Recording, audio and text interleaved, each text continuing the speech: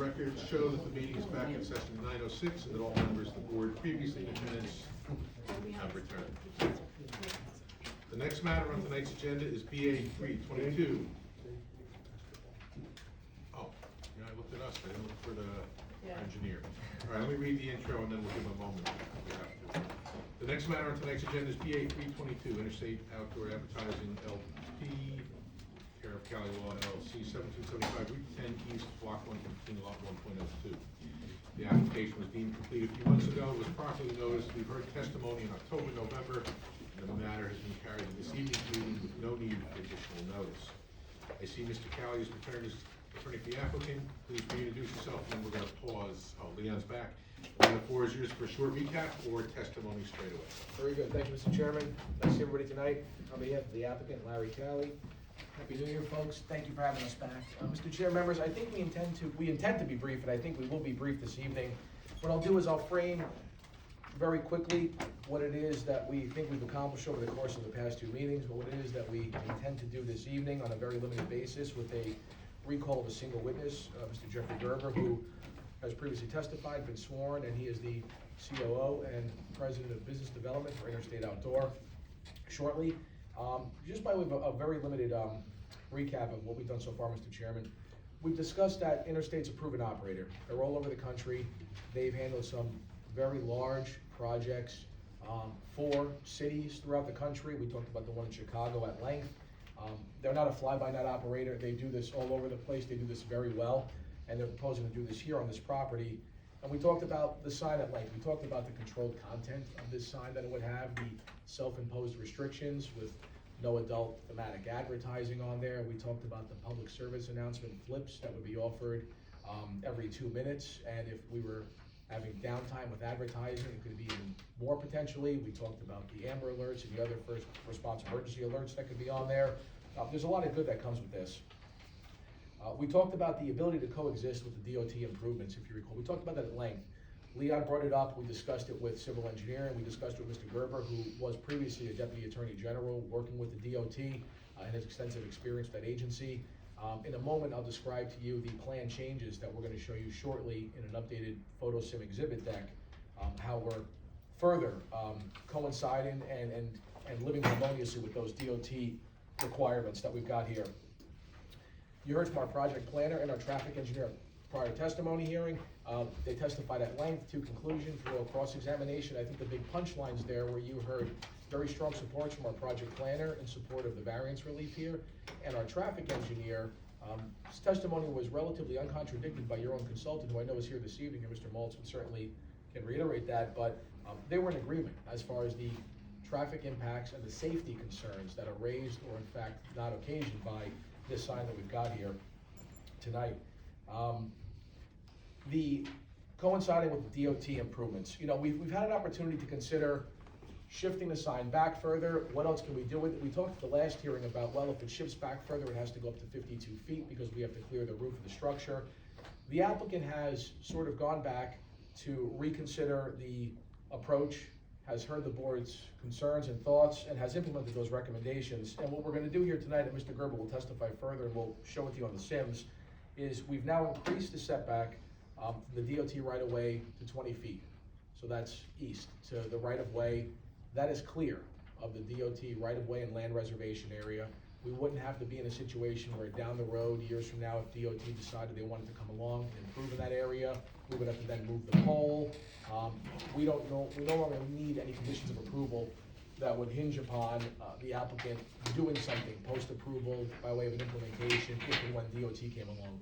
We are now clear, we're back 20 feet. That accounts for the land reservation area, as well as the regulatory spacing that we need between utility poles and our billboard improvements. We've increased the non-conforming side yard setback. It's nominal, but it's an increase, so it's an improvement. It was 54.7 feet. It's now going to 55 feet even. Mike, let me know if I can just slow down. I know you're taking notes on these numbers. There's also a minor reduction, and these are not essentially no change items because they're conforming to begin with, but there's a reduction in the street side yard setback to 169.7 feet. It was 170.1, so it's a reduction of 0.4 foot. It's still conforming. There's a reduction of the rear yard setback to 225.4. It was previously proposed at 233.2 feet. That reduction remains conforming. I'm sorry, the first number you mentioned was, The street side yard setback. and that's, there is a variance there? No, that's still conforming. Get Yeah, that. it's a changed dimension, but it remains conforming, Mr. Chairman. As does the one I just mentioned. The other big reduction we had is the sign area. The sign area is down to 504 square feet as proposed this evening. Previously, during the prior hearings and the initial filing, we were at 672 square foot of the sign. So it's 168 square foot reduction. And the way we did that was the sign is now dimensioned at 12 feet by 42 feet. So the sign is losing its dimension on the bottom side, which allows for the sign top height to remain at 49 feet. We're no longer climbing as proposed to 52 feet like we discussed at a prior meeting. So the sign's gotten smaller, top height remains the same. We're clear outside of the DOT improvement areas. The only variance we had for the non-conforming side yard did improve. It's nominal, but it did improve for the better. The other two conditions are changes, but they remain fully conforming to the code as proposed. So overall, we've had a lot of things accomplished in the past nearly 2 months since we've been here before the board last. What I'd like to do, Mr. Chairman, is, like I said, we're gonna keep it relatively lean this evening with a single recall witness, Mr. Gerber. I'd like to call him now. Jeff can walk you folks through the programming as amended, and we can go from there.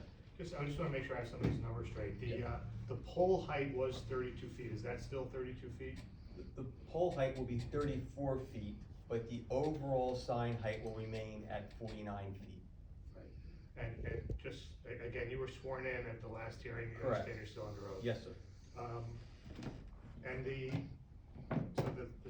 pole's 34 feet height, and the area including the face, and the support of the sign was 17 feet, is that still 17 feet? It's 12 feet for the sign height, and then you have a 3-foot apron, which makes it 15. The 15 plus the 34 gets you to 49 feet.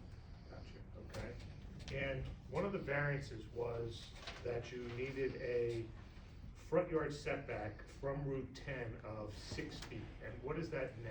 Okay, the front yard, right now, when we submitted our application, the sign was 6 feet back from the DOT right of way, but it was 6 feet, I'll say, north of the land reservation line.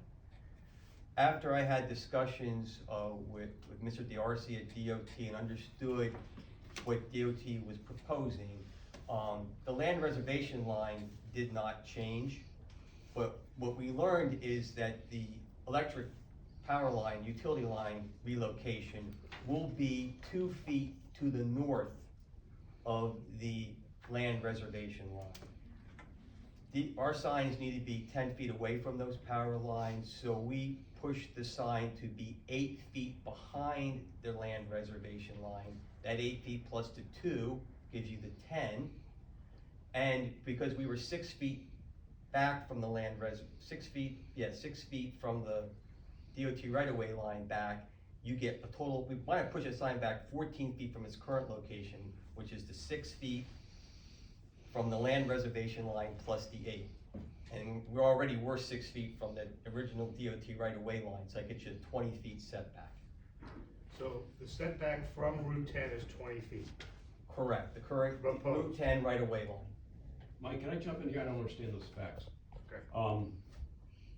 The land reservation, as per the deed booking page, is 12 feet wide, correct?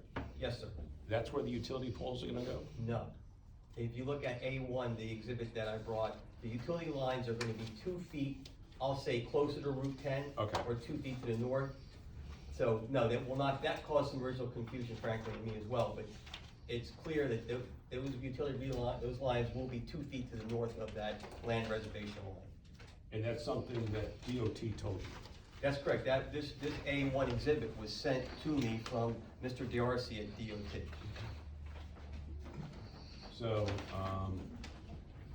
if the poles are back 10 feet, you have to be 10 foot clear of that, and that's how you get to 20 feet. Yes, sir. Is that correct? That's correct. So, question on all this, leave distance from the Route 10 and the imaginary lines aside. If 2 months ago your pole was here, and today your pole is here, how far did it move? Instead of saying the pole, the front of the sign, Front of the sign, would be 14 feet back. Which From- equals, from as proposed. because it's currently 6 feet from the current right of way, and that gives you 20. and the pole's in the same place. pole is in the same place, we're sliding the sign back, that's correct. Okay. When you say back, do you mean back? I guess Towards- south from, if you're looking, Route 1's running east and west there, I mean, Route 10. South, yeah, so you're going south. 10 feet south, that is correct. Yes. Towards the back of the building. Right. Off the front Well, property. towards the back of the building, that's correct, sir. Towards the back of the building. And can I ask a question? The pole previously was set back approximately 35 feet from Route 10. Is that changed? It's How was gonna that stay, changed? it's gonna stay at that location. Thank you. Now, that pole and its foundation can fit in that curved island? That is correct. And it won't affect the parking or the driveway? That is correct. And that can be a condition of our approval. When did you decide to go down this path? Actually, you know, at the last meeting, there seemed to be a lot of concern and discussion about what would happen in the future. And because we don't know when, if and when Route 10 was gonna be widened. And when we tried to push the sign back at the 49-foot height with a 14 by 48-foot sign, the sign started to get clipped by the back of the building. And so and it seemed like the board was really concerned about it. So we went back and said, how can we address this concern today, push it back now, no matter what happens, we'll be ready for it when DOT comes. And so we looked at moving the sign back, and we looked at trying not to raise the height. And we went to what would be the smallest size that we can market our sign as a bulletin, which is important in the advertising world, to a 12 by 42, which is a 500 square foot sign versus the 672. It's a 25% reduction in the overall square footage of the sign. And so that's why we did it. We were trying to be, it seemed like there was a lot of concern at the last meeting. Even though we were willing to commit as a condition, we would do whatever we need to do to get out of DOT's way, because the last thing we wanted to do was to interfere with the widening process, because we understood this is very important to the town.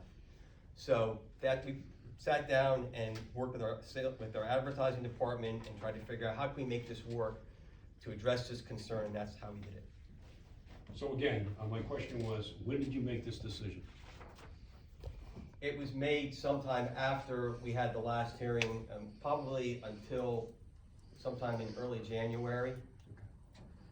I guess I have a question here for Mr. Sullivan, procedure here. This sounds like a substantial change to the application. And I would have thought that revised plans would have been into the board 10 days prior to tonight. Well, it's not required that subsequent revisions to the plans be in 10 days before. The board can request that because the professionals may need to review those things, but my understanding is there's gonna be an exhibit presented tonight, is that correct? We do have an exhibit to present, and candidly, if this were increasing, if the delta were increasing the relief, I think that's something that's right for 10 days following a review. This is a full mitigation from the prior conditions, and it's exactly what we discussed, so substantial in a positive way, if anything. If you're asking me, can the board take action based on what's being discussed, I would say yes. So just so I'm clear, sign dimensions are now 42 feet by 12 feet? 12 feet in height, 42 Right. feet in width, yes. And previously, they were what? 14 feet in height, 48 feet in length. The apron is the same? Apron stays the same. So you're basically just raising the bottom of the sign. So we don't have to raise the top of the sign, so Right. it doesn't get blocked by the building, that's correct. And it results in a 25% reduction in the overall size.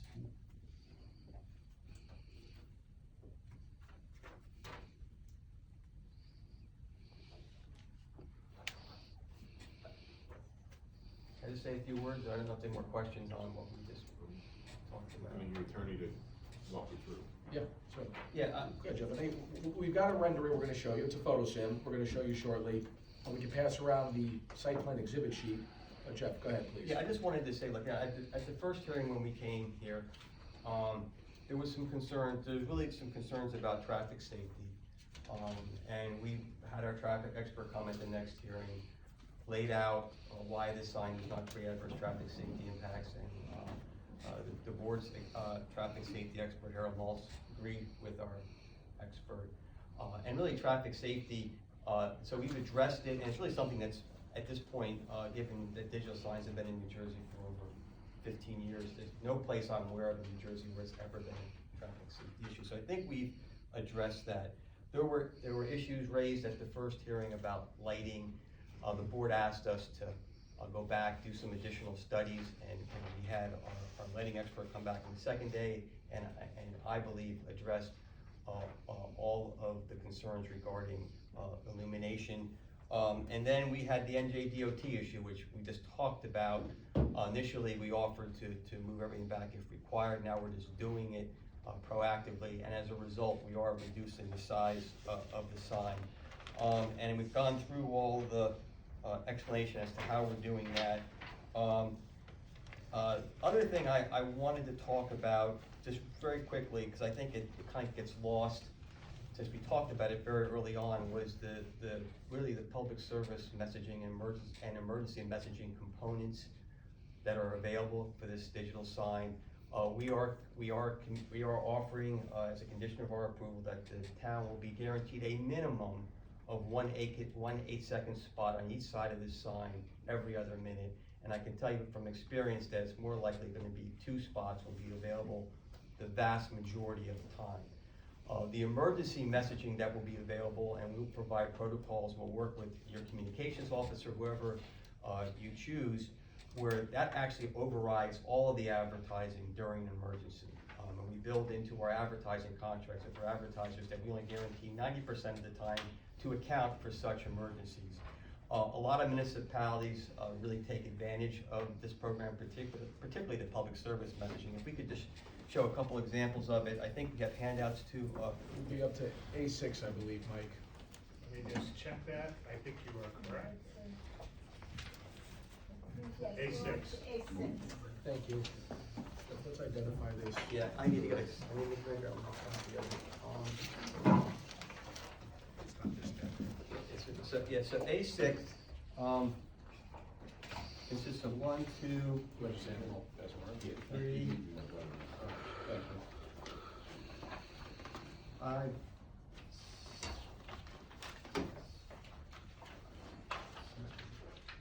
consists of eight pages.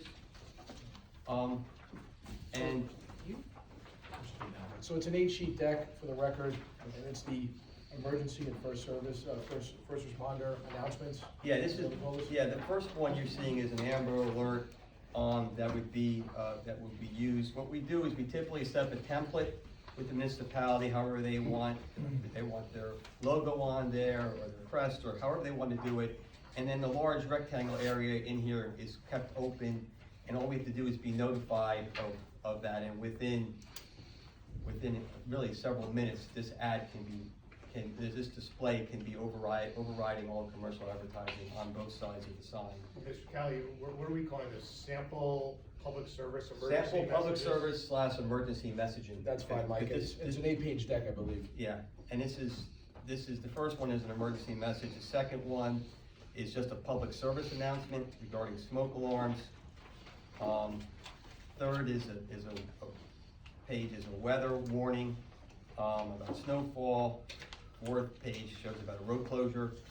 And number 5 is a good public service. This was done in Ramsey with our sign on Route 17. They have a public farmers market, and this helped promote that. The farmers market was not doing well. This actually helped that market do better.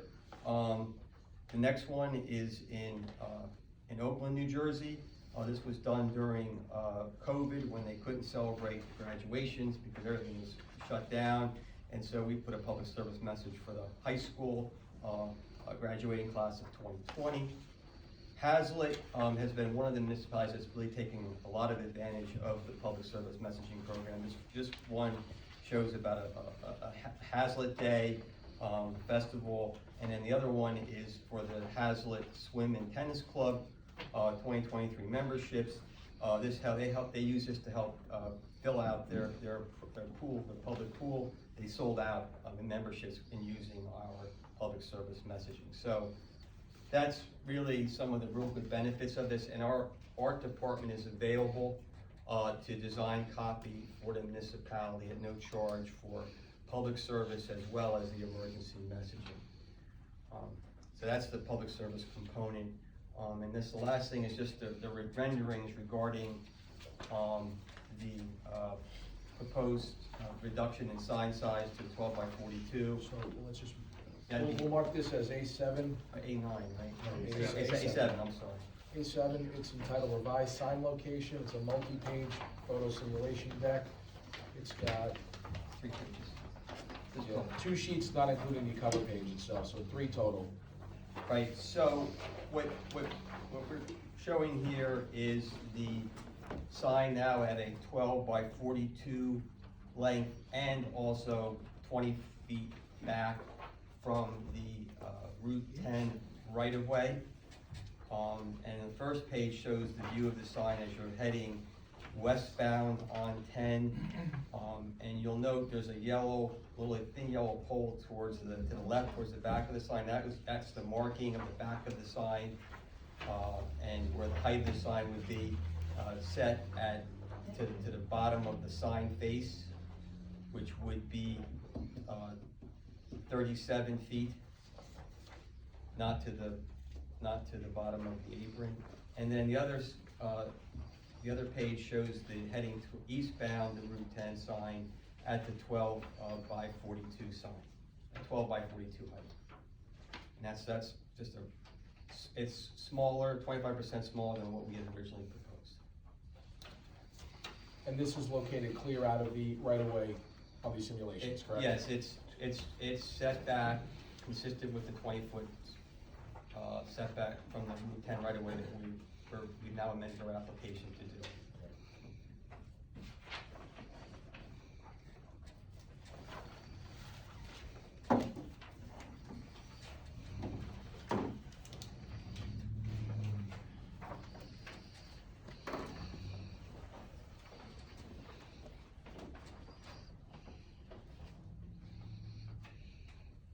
Mr. Chair, members, we'll give you folks a few minutes to go through that deck, both of them, and certainly Mr. Gerber's available for any questions you folks might have. We do have the site plan sheet we can pass around as well. Again, it's a mitigation of prior conditions. It looks very similar to the prior iteration with minor differences, primarily the setback from Route 10 street side and the side yard. And the sign size, which is a significant difference. On the site plan, I can't see that. Yeah, you can. It's on there.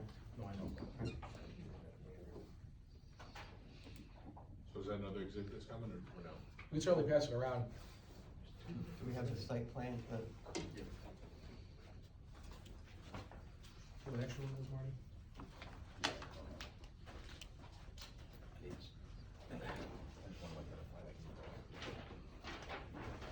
So what's coming around now is a revised sheet from Dynamic Engineering, revision date of today, January 22nd, 2024, site plan sheet number 3, and it depicts the modified site layout of the billboard sign, dimensioned as we described today, showing the shifted location, the reduced size, and the modified setbacks. So 888? A8, yes.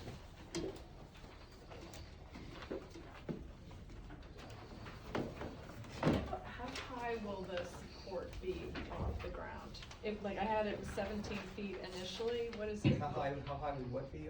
The support of the sign? The pole? Yeah, well, not the pole, but the thing that it like sits in, whatever, the brace. Well, you're gonna have, maybe I can go from the top of this Yeah. place. At the top, you have a 12 by 42 foot display face. Right. Below that is a 3-foot apron. And then below that would be a 34-foot pole. Okay, So that's the 49 feet. 34 feet for the pole, 3 feet for the apron, 12 feet for the, I see, okay, so, okay. Got it. So Cal, do you have a couple extra copies of these that you can leave on the table if anybody wants to see them for public use? Yeah. I got this. It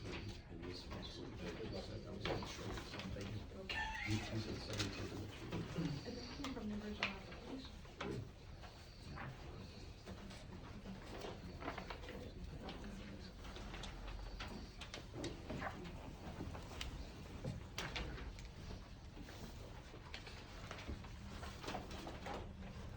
Sorry, can you just say that one more time? I Sure. understand where the 49, so you have the 49, and then tell me how big the apron is then? okay, so starting from the top, going to the Yeah. bottom, 12-foot sign face rectangle, Right, 3-foot apron, okay, and then a 34-foot pole. Got it, okay. So it's that 12.3 is 15, and the 34 gets you to 49.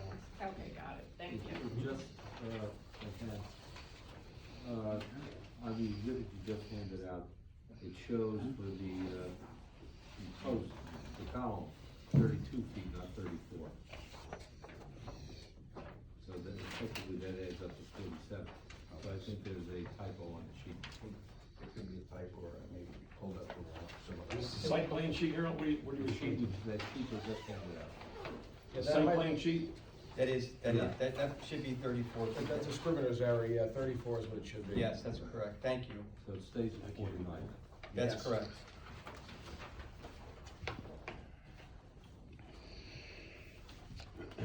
Questions from our professionals about the testimony or exhibits A6, A7, or A8? Bill's got some questions. No? Yes, on the handout with the signage that, the sample of the signage that could be used, implemented for the municipality. You know, I think it's a very good thing to do. We just note something on the samples that were handed out. Many of the signs have 3 and 4 lines of message. If we look at something like the Ramsey Farmers Market, there's a lot of line work there, a lot of legend. This driver driving along Route 10 at 50 miles an hour or so to see, and he'll draw the driver's eye, and from the roadway for a longer period of time. I think in the interest of safety, there's a lot of message that signs that are implemented to the municipality should be kept simpler with fewer lines of message. I think you can see, if you look at the Ramsey, you look at what was on the first one, you could readily pick this up at a glance. Something like what you see for Ramsey, while it may be beneficial for the market, it's just a lot for somebody to read. You wouldn't pick it up at a glance, the driver's eye may be drawn. But Mr. Waltz, these messages would be generated by the borough, so I'm just pointing you're that just out. making You that should be aware of observation, it, yes, for okay. safety reasons. Thanks. That's the only reason. I think it's a good idea. Okay, just to be clear, can I ask a question? Yeah. Just to be clear, Harold, because even in the last testimony from yourself and from the traffic expert they had, because we asked about that, it was your eyes were going up and back, it's not like you're sitting there reading the thing, right? I mean, that was the testimony, and I think you agreed to it. Yes, I wasn't thinking of a sign like that. Okay, but that's fine, because again, that's up to our choosing, but I just wanted to make sure, because that was a study of Yes. the digital, and the takeaway from that was that it's safe. Yes. Okay. I understand what you're saying. It's too much to read. Leon? Yeah, that one exhibit where you're looking, Route 10, you're looking eastbound, and you have Yes. the photo center of the sign. Yes, Does that sign itself get clipped off by the building or no? it's just, it almost, no, it looks very closer, but sitting right on top, it doesn't get clipped. Now, I believe your traffic engineer last time spoke that in terms of being distracted, look at the billboard and look back, it was like a 0.3 second delay, something like that. It might even been a little bit less than that, but he said that it only takes a very short period of time to read and digest a message. Excuse me, sir, you have to speak closer to that. Oh, I'm sorry, there's stuff on top of it too, that's what's, yeah.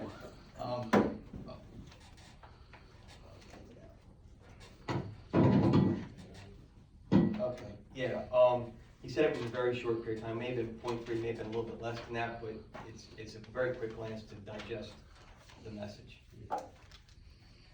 Now, again, when I look at this and I compare it to what was presented previously, that sign is 14 feet more off the road, right? So your attention is diverted more to the peripheral by 14 more feet as you look at this, correct?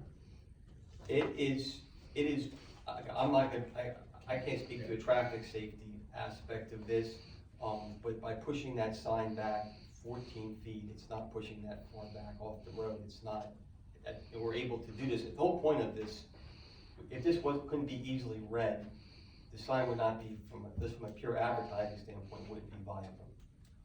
it has to be easily ready for it to be economically viable, and we have no concern about that, being pushed back 14 feet.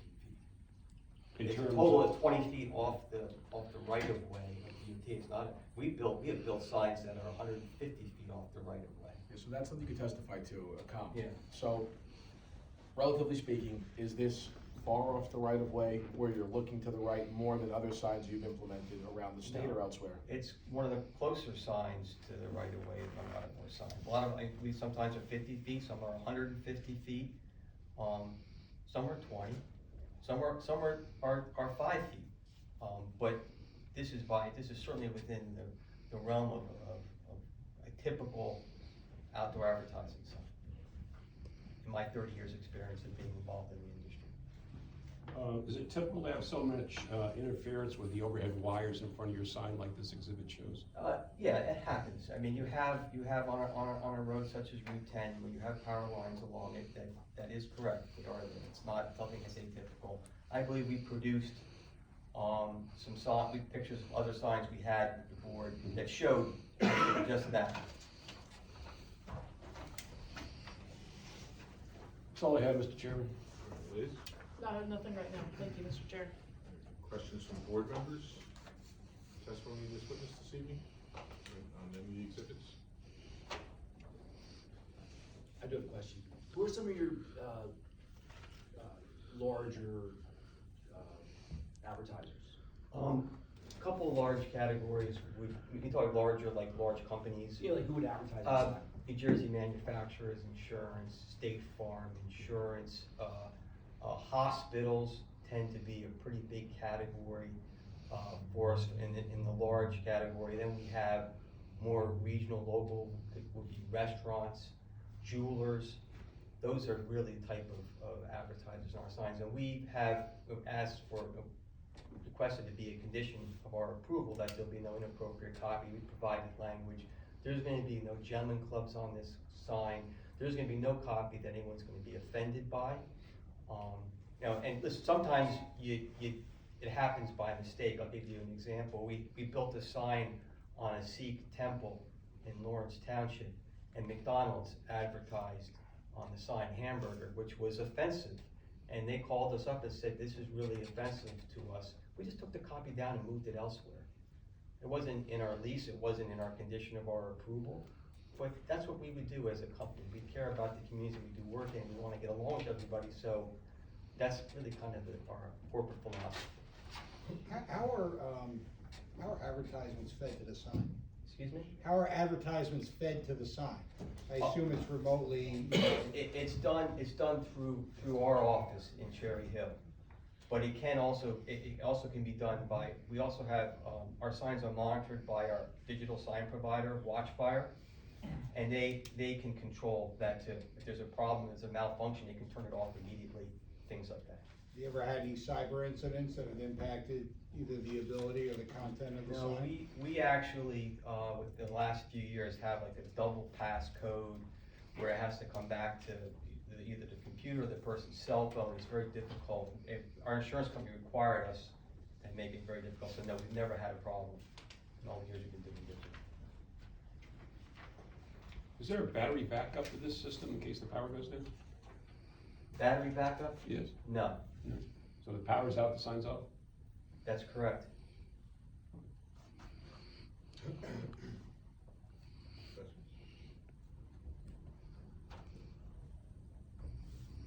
Hold on a second. No more questions for Don? Don Solera? Yeah. First question is about the signage itself. Is it a static picture? That is correct. There's no movable? No motion. Flashing Motion light is in motion? Motion, there is no motion on this sign, and it is prohibited by the New Jersey Department of Transportation. They would revoke our permit if we had motion on the sign. Thank God. I will mention some other thing, with respect to previous discussion.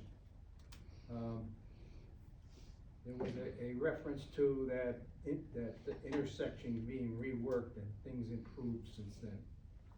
I'll call your attention to the fact that work was done on the Parsippany side.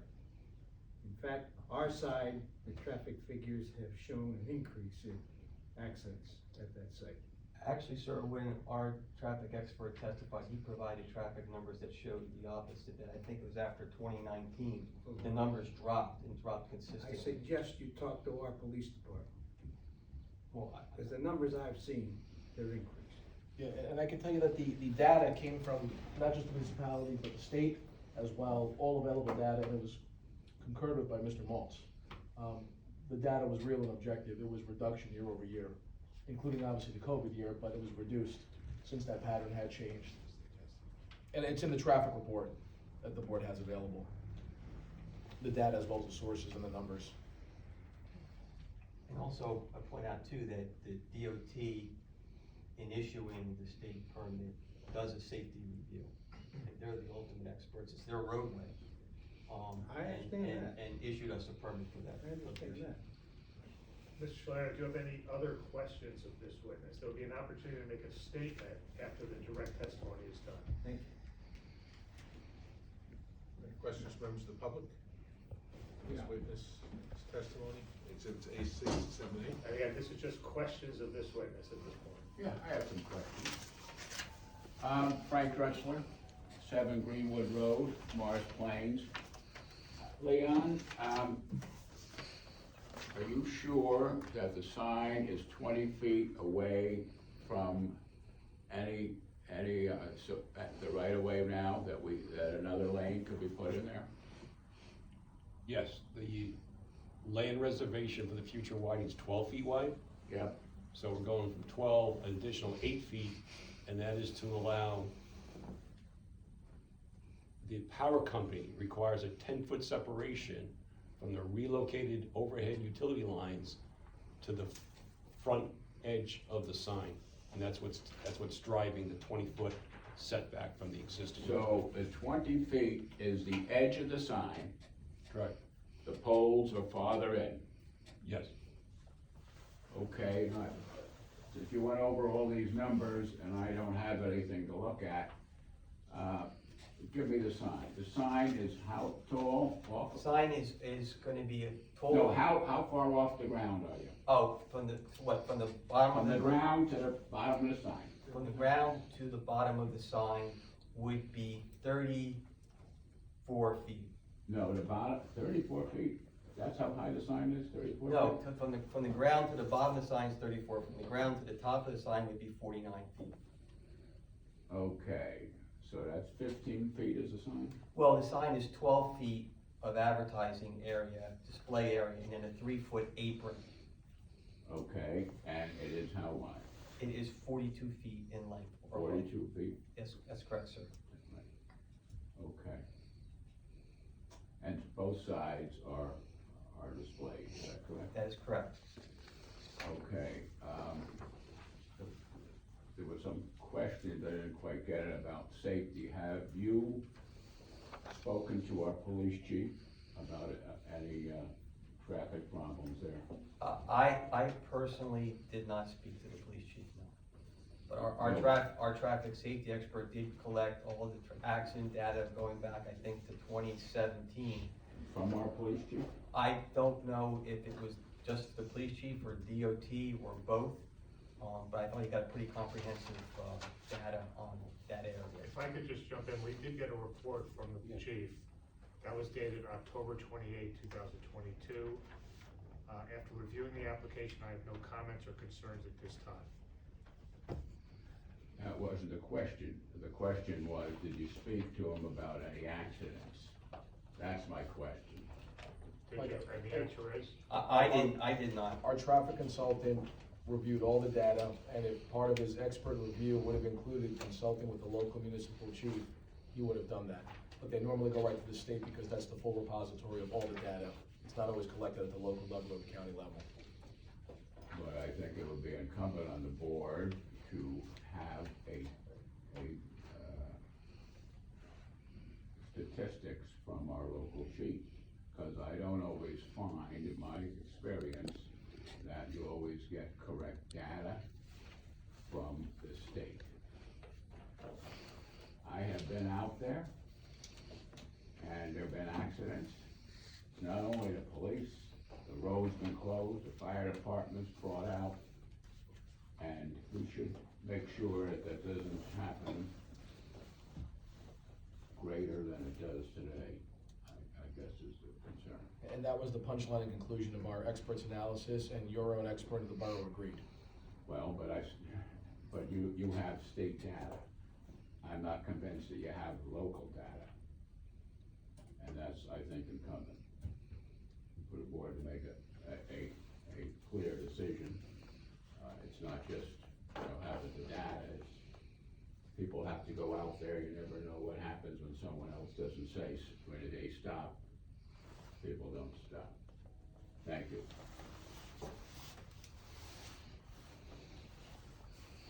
Any questions from members of the public? Yeah. A reminder, name and address for the record. Yep. Bill Houston, 80 Glenbrook Road.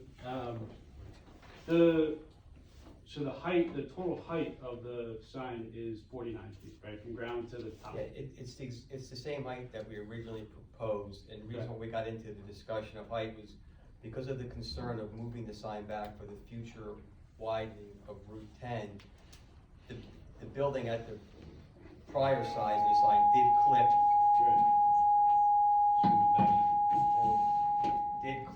did clip the back of the sign. By making it, going from 14 feet to 12 feet, it just gets over top of the building. Okay.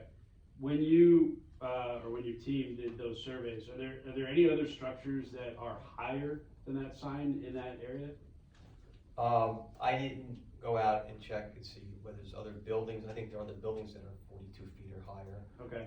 But I'd be guessing when I think about. So I'm gonna ask you, you're providing testimony, so I heard conflicting information, you haven't been out there. You know what, I have not measured, and I think I really can't answer that question. That's probably proper, that is the proper answer. Okay, so I guess my question is, to your knowledge, would that structure be the tallest structure in that area? I have no idea. You don't know? I don't know. Okay. The concern, right, that I have is, Well, let's just keep it to questions at the moment. Okay, There's sure. gonna be an opportunity in short order to make a statement if you choose to do so. absolutely. Okay, I have no other questions now, thank you. I have another question. How many accidents does your data show in a year? We can't testify to the report, Mr. Dressler. He can prepare the traffic report, it's in the record, it was testified to completely at the prior public hearing. Mr. Gerber's not aware of these raw numbers himself, nor is. Does anyone recall what the prior hearing said? I just remember that the numbers went down from 2017 until 2022. The numbers went down because there was a restriping of Route 10. That was a testimony of our traffic expert, but I don't recall the exact numbers. Wasn't that COVID time? It was after It COVID. included COVID, but it went beyond it before. Yes. Okay, well, we don't know the number. We do, they're in filed reports that are on file. We do, I just don't and recall. already in the record. It's data was all provided.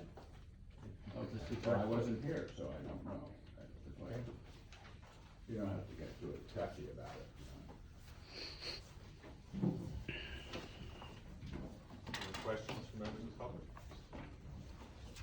All right, seeing none, this witness can step down.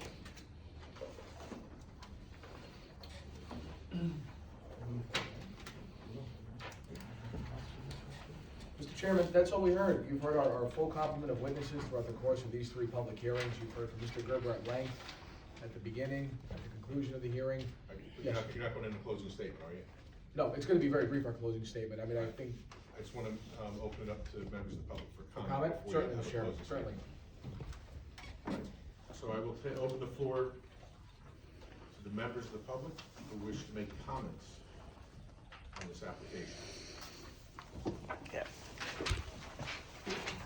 would you raise your right hand, you swear to tell the truth in the matter pending before the board? I do. Again, just give us your name and address, please. Bill Houston, 80 Glenbrook Road. I've said it, I think I said it last time this was here, I don't see the inherent benefit of this sign to Morris Plains, to the community of Morris Plains. I understand that there are options to, display, business information there, but I just don't see the inherent or financial benefit to Morris Plains. So it's my opinion that Something like this, while it's great for advertising and while it can, I'll just say it's good for advertising, I don't see the benefit to the residents of Morris Place. It's my opinion, but like I said, I said it before, and that's kind of where I said it. So, thank you. Any other comments from the public? Seeing none, I'll close that part of the meeting, and now the floor is yours for closing statement. Thank you, Mr. Chairman. I just want to thank the board again. Did you wanna say something? Oh, sorry. Let me just, would you raise your right hand? Do you swear to tell the truth of the matter pending before the board? I do. Just state your name and business address, please. Donald Salerno, I'm the zoning officer of Morris Place. Thank you. I just would like to see clarification on this numbers issue that's happened. The traffic up there has been a real problem, particularly in the last year. And I think that's a serious issue in this case. And so I would think we would want to get more clarification from our own police department in this matter. Done? Anybody else? Okay, we'll now close it. Thank you again, Mr. Chairman and members. We appreciate your time throughout the course of this hearing. You've heard us for several hours of testimony, and we do thank you for that time. This is going to be very brief, Mr. Chairman and members. Relatively simple proposal here. There's not much by way of development here. It's a billboard on a pole. The issue is the use variance relief we have here for the use itself and the height, and there's ancillary bulk relief as well. You've heard testimony from Mr. Gerber, the CEO of Interstate, at length.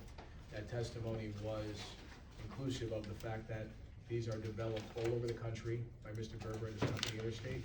They're developed successfully, they're developed safely, they're developed in concert with municipalities throughout the country, and has the benefit of the public advertising component that we discussed in prior hearings and tonight. There's the guaranteed public advertising that will be provided to the municipality. There is the guaranteed protected content that will be provided by the applicant, where it won't be any content that would be offensive or... Mr. Kelly, can you speak into the? Sure. Thank There you. is the guarantee and assurance that there won't be any content that would be rude or offensive by way of what's being proposed. And it's being developed by a Class A billboard developer, Interstate Outdoor, who knows exactly how to do this, and they do it very well for many, many years. They're coming here with the benefit of a DOT permit already in hand, which is the typical case that you would have. The DOT has to vet and approve these locations as well. That involves safety reviews at the DOT level. Then we come to the municipality, and we came here with not just the basic site plan showing you what is going where, but we came here with a traffic study that is dated about 11 months ago, that's been on file with this board since February of 2023 from Simoff Engineering. We've got the benefit of the municipal police chief saying there are no concerns with this development. And after testimony based upon this traffic study by Mr. Simoff, your own traffic consultant concurred that he agrees there are no safety concerns. This does make sense. This is a viable development at this location. The only delta that's changed between the prior public hearing and this one is the size. And that's changed because we've heard the board's comments, concerns as to location, sizing, and height. The heights remain the same. We're not going up as we thought we would need to do. We don't need to slide it back later as we thought we might need to do if the eventuality comes to pass that the DOT in fact does widen this. We are making all of those adjustments now on a macro level so that this is in a proper location, it remains the same height, and in fact, the sign face is reduced by 168 square feet total, which is about 25% of a reduced area from the sign that you folks saw at a prior public hearing. This board's gonna get the benefit, like we've been talking about a lot, of the announcements as well as the emergency announcements. That is a tremendous benefit to the community for this billboard. You've heard planning testimony supporting the positive and negative criteria on the D relief as well as the bulk relief from Mr. McDonough at prior hearings. We've gone through the site design at length as well. We've talked about the lighting sources, confirming no improper lighting output at different locations where it shouldn't be. This is a very, very modernized development of billboards and advertising that the communities need and want. And you heard tonight, just a few minutes ago, Mr. Gerber testifying, a lot of the providers who want to be on here, they're insurance companies, they're medical providers, they're hospitals. This is important information, and this is still a very, very relevant way to get that information out there. This is a location that we think is a perfect site for this. Mr. McDonough testified to that. The bulk relief is very slight, which I think is also a testament to the fact that this does fit and work here. And overall, we think that there's a lot of benefit to the community and the public here with very, very little risk, if any. And I take you back again to the safety reviews that were undertaken by Mr. Simoff, who's been doing this for decades as an expert in traffic engineering. And he said there are no concerns with development at this location as proposed. And all professional expert consultants who have appropriately weighed in on this have concurred with him throughout. And that's where we are here tonight, Mr. Chairman, with a leaner project than we were 2 months ago. It was a good project then, we think it's a better project now.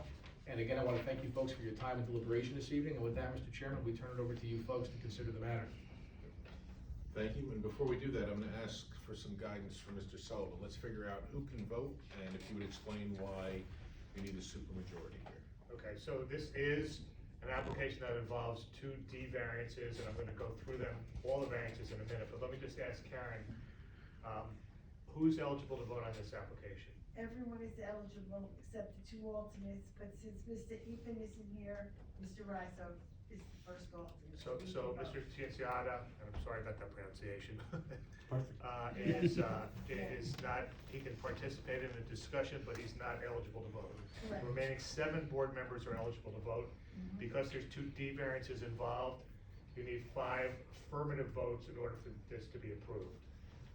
Let's just go through what I think the relief are, so Mr. Kelly, you can jump in if you think that there's some modification of that necessary. There's a D1 variance with a number of components. The use is not permitted in the office building district zone. It constitutes more than 1 principal structure on the lot and is not accessory to a use located on the premises. So there's a D1 component here. There's a D6 variance because the height is 49 feet where a maximum of 35 feet is allowed. There is a front yard setback variance of 20 feet where a minimum of 75 feet is required. There is a request for an easterly side yard setback of 55 feet where a minimum of 75 feet is required, as well as an exception to permit illumination levels in excess of 0.5 foot candles along the northerly and easterly property lines. I think you captured it all. All that said, again, we typically review conditions of approval if it headed that way, and that is not a presumption that it's headed to approval. But if you would talk about the conditions that you've documented so far. Okay, it would be subject to our standard conditions as well as those stipulations that the applicants met and made in the record, including things like offering the municipality a 8 seconds every other minute on each side of the sign for public service and emergency messaging. Also, there was a restriction on the, for example, just call it, there's no gentleman's club, no inappropriate content. We'll cull the language out of the minutes and the record to, if we get to a resolution on that part. I believe the applicant would have to go back and get a revised NJDOT permit also. Mike, I don't mean to cut you off, but the emergency advertising could be any time, and there's no time limitation. The 8-second flip every 2 minutes is for advertising, public service announcement. Yeah. The emergency, yeah, no, my client thought maybe you said emergency also as part of that. So that's that, the 8-second spot every other minute is exclusively public service. That is correct. Yes. The emergency is when needed, as needed. So all commercial advertising goes away and it's just the emergency broadcast? That is correct. How long does that last? We need to work out the protocols with your communications director, but it's typically 24 hours is a typical time. If it needs to be longer, it will be longer. So in other words, if the railroad underpass was flooded, that's something that locally happens here, it's a big deal for us. You could put that up on the billboard and that would stay there for as long as the underpass was flooded. Correct. Yeah, I just don't want you to shortchange yourself, Mike, with that condition, that's why. Yeah, no, then we have, like I said, in addition to our standard conditions, I don't have anything else. Leon, do you have anything else? Not off the top of my head, Mike. Mr. Kelly, just for clarification, you said 2 minutes, but it's really 1, right? The PSA is. 8 seconds every other minute. Every other minute. Yeah. That's the minimum. That's the minimal guarantee. I believe there'll be more time than that for sure. So it's time for board members to deliberate on the record. in front of everybody. We talk amongst ourselves, the puts and the takes, and then we'll have a motion, one way or the other, and we'll go through the process. Does anybody want to open with any comments for or against this application? I would like to say that the Harley Davidson building at one time was a derelict factory building. And the owners of that property did a very nice job renovating the Harley Davidson property. You can't hear me? I'm sorry. I think they unplugged this thing. Did we? The lights on. Is that- Lights on. Oh, all right. Unplug something. At the time, we were very strict with the signage that we let Harley Davidson mount. We approved. I think that when I asked about what kind of advertising would be on the sign, it's conflicting to our businesses that are on that road. We're seeing State Farm, Geico's right there. We're seeing a jeweler, our jeweler's right there. That's one of our business districts, and I think we'd be taken away from their signage. We want people to stop and frequent our businesses. We don't know who's gonna be advertising this sign, so I don't know if I'd wanna have my business there and have, even a Harley Davidson dealer, or if somebody wants to advertise Honda or Yamaha on the sign, I mean, maybe they don't care, but I'm just saying, I think it's conflicting. It's also not only a business area in Morris Plains, one of our business districts, it's also residential, Harrison, Headley, Davis. I'm not sure if those residents wanna use that as a landmark, saying, when you see the big sign, the next right is my street. I just don't feel it fits the area. I think it's too big, and it's what I think. Yeah, I disagree. I think that it's a commercial throughway, and it's there. So we heard testimony on the traffic safety. I gotta go by the experts. I'm not a traffic expert, so I heard what they said. The police chief had an opportunity. I'm not saying he could have, should have, whatever, but he didn't. The public good, it's clear. The place we're putting it is spot on, because it's a commercial throughway. It's gonna, anybody can, Harley can put up a sign if they wanted to. That jeweler could put up a sign if they wanted to. It's not gonna detract from them, in my opinion. I think it's beneficial, the fact that we can get, something like the swim team, swim club is gonna be up there, putting that information up there. I just see this as, you're looking at Route 10. That's what it's there for. And, the signs are all over the place. I see them all over. And, to me, I think the testimony and the accommodations that the applicant was making tried to take into consideration what we were saying as a board. So from that perspective, I do think I'm good with it. I would reiterate what Mr. McCabe said as well. I love the opportunity for the borough to be able to advertise in emergency situations or public service announcements. There's no reason why every business in Morris Plains can't fill that advertising space and time. Everybody are just assuming,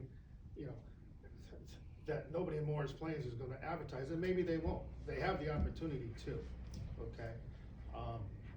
And to benefit a sign that would just benefit Morris Plains residents, to me, is a foolish statement. It can benefit Morris Plains residents, and I think it will if Morris Plains uses it to their advantage. So I like it. I have to say, I guess I still have questions. I've had the good fortune and the honor really to serve this board for 17 years and planning board before that. And any commercial application, the sign was an issue. We have very specific, very prescribed sign ordinances in this town, right? Because bigger isn't always better. We're a small town.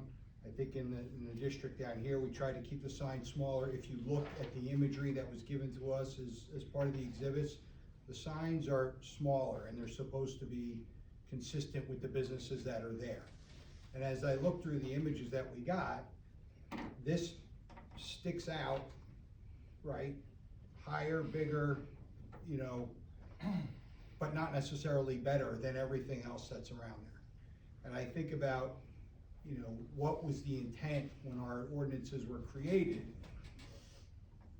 this clearly wasn't intended, right? It's not a prescribed use there, that's why they need a variance. And I don't know that, you know, putting this here and that becoming kind of the, you know, the visual aesthetic of what you see, because when you look east, you know, in the condition where it's not there, you don't see anything. This becomes everything that you see, and that's great from an advertising perspective, but in terms of advancing our municipal ordinance and benefits to the town, I don't know that I'm convinced. Yeah, well, I hear you. I mean, if this was on downtown, I would agree with you. It's on Route 10. But look down the rest of Route 10, No, and those other images, there's none anywhere else there. Yeah, but as you drive through Route 10, like on Coles, the signs are much bigger. They got bigger, you know, they're static sign, but it's just. I think anybody has the opportunity to post even a fixed billboard that's not flashing red lights at you and stuff to advertise. And as you're driving down Route 10, there's not one sign that captures your attention, there's several. Plus the fact that it's a split second that you read that and you're not going back to it. I've done this several times on Route 10 going to Wharton, where I drive by that big flashing sign near Pelican Ski Resort, okay? And I tell you, I can look at it and still see the highway, because it's such a split second that I can read it. It's amazing how much information you're picking up with that split second. I mean, if there were moving pictures, it might be a different story, but it's just one message, and your eyes are back on the road. And I think that tells me a lot about the fact that it's not the distraction that some people think it is, okay? And the fact that, you know, we live in a free market society, and I think that if you have a business in, let's say, Far Hills, okay, and you want to advertise on Route 10, that's your prerogative, you know, that's your prerogative to do so. And if it takes business away from Morris Plains, then they have to reassess where they spend their advertising dollars. I don't have such a problem with the advertising or what's Excuse me, happening. Mrs. Cortez? Yes, oh, I'm sorry, I'll get closer. I travel on 287 every day to work, and there's the sign there by the Midas or whatever. And I just glance at it every once in a while. There'll be something up there that I'm interested in looking at, and it's a quick glance. But this is much closer to the roadway, whereas that one, you're seeing it's a farther setback. My concern is that people are gonna be looking at it a little bit more because of the proximity. And even looking up as they get closer to it, whereas you're not really seeing it from a distance. My concern is with the application is that the traffic engineer presented the diagram of the sight line of as you're coming down Route 10, and that sight line was squarely in the merge lane of Candlewood Drive. So your goal viewing is people who are merging onto 10, or people who should be looking to make sure people are merging safely onto Route 10. So if they're sharing their view of people, watching people merge or looking up at a sign, again, I'm not a traffic engineer, but I remain concerned that you're competing for the viewing of people at a critical time when people are merging onto Route 10.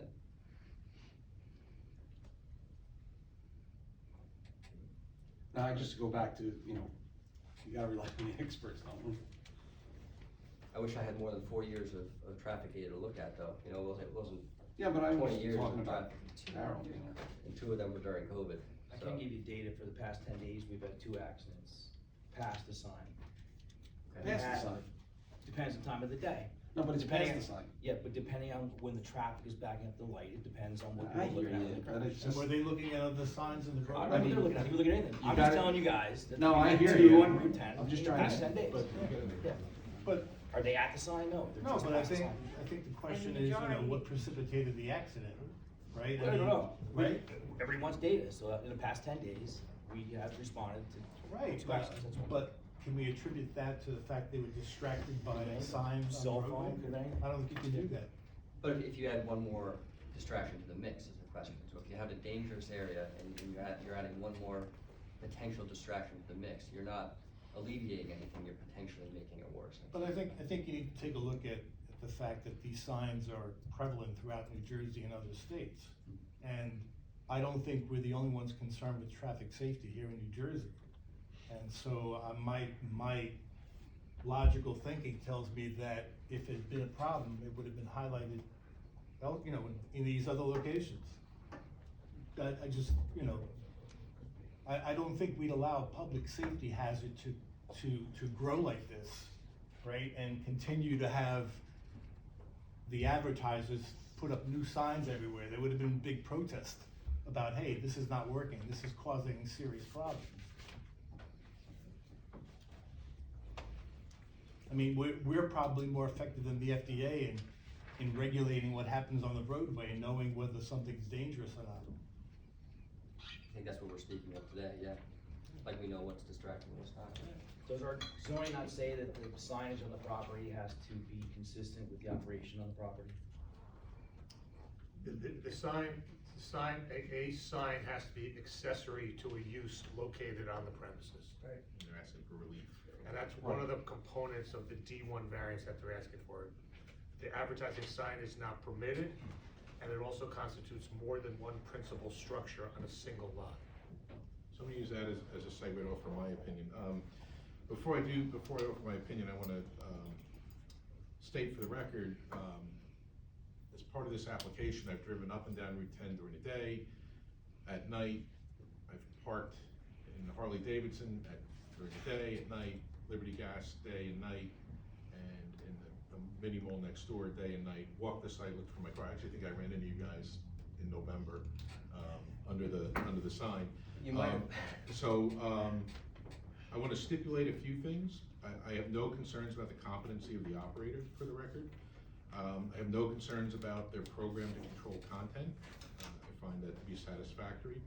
I think that the moving of the sign to coexist with DOT improvements was a good move.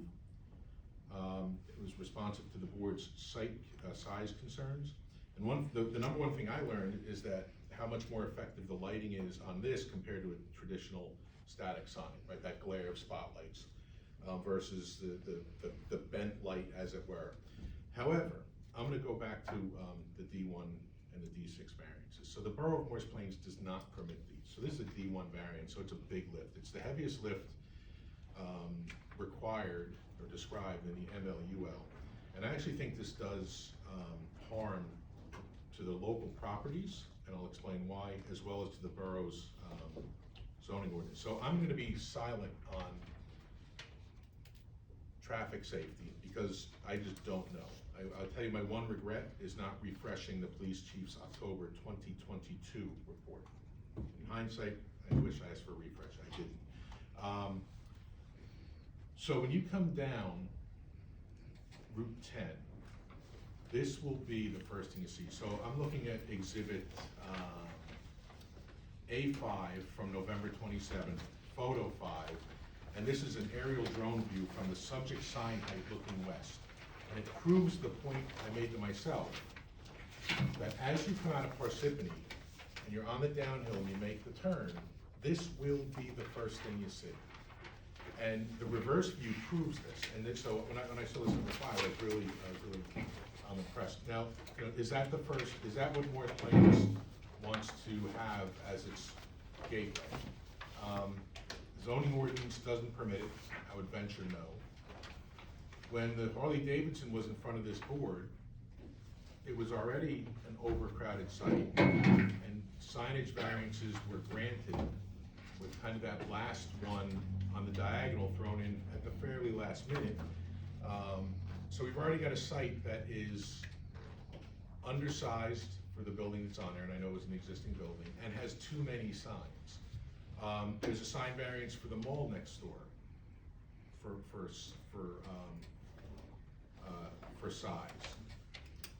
When I sit in the mall parking lot and I look up at what would be 49 feet high, I find that the feel of it detrimental to the quality of the space on that site. I think that it does do harm to the neighbor. And as you sit at the Harley Davidson site and you look up the hill and down the hill, you see 2- and 3-story buildings at most, all the way up, all the way down. So this is equivalent to 4, almost 5 stories. So it is not the tallest structure. The tallest structure in my drives is the cell phone tower behind 2200 Route 10 West. That's on the Parsippany side. But that is an unlit, relatively thin cell phone tower. This thing will be lit all the time at night, further casting light on that over the property line. Even though it's a little bit, it makes it worse. So I think from a height perspective, this is daunting, inconsistent with the what the borough contemplates through its zoning ordinance, and frankly is a use that wasn't not thought about. It's not permitted specifically, and in the 2018 update, it was not contemplated. As the governing body and planning board have amended the borough's zoning ordinances, including the Route 10 overlay, it shows that it keeps on thinking about what's in the ordinance, and they've not put this use in there as approved. So for those zoning reasons, not safety reasons, for those zoning reasons, I can't support the application. It's a bit long-winded, sorry. So I've heard disagreement among board members, which is great because it shows that we think, and it was all respectful. It comes down to a vote. The vote begins with a motion. Is there a motion to do something? And I don't presume that there's a motion to approve nor a motion to deny. Somebody needs to make a motion. I'll make a motion to approve it. Is there a second? That's Mr. Clark? Mr. McCabe. Mr. McKee. Mr. McKay. Is there a second? I'll second. Mr. Carr seconds. Can I ask the mover and the seconder, that would include the conditions that I Yes. articulated earlier? Yes. Yes. And so again, it's all those variances that I identified and preliminary and final site plan approval. And it does require 5 yes votes. Karen, roll call, please. Okay, Mr. Baza? No. Mrs. Cortez? No. Mr. Carr? Yes. Mr. McCabe? Yes. Mr. Webster? No. Mr. Schultz? No. Mr. Rizzo? No. Okay, the motion failed to achieve the 5 affirmative votes, so it constitutes a denial. And this action requires a resolution to memorialize the board's action on the application for the record. This memorialization will be on the agenda of the regular February 2024 meeting. Thanks for your time, folks. Thank you. New business. We need a volunteer for the 20.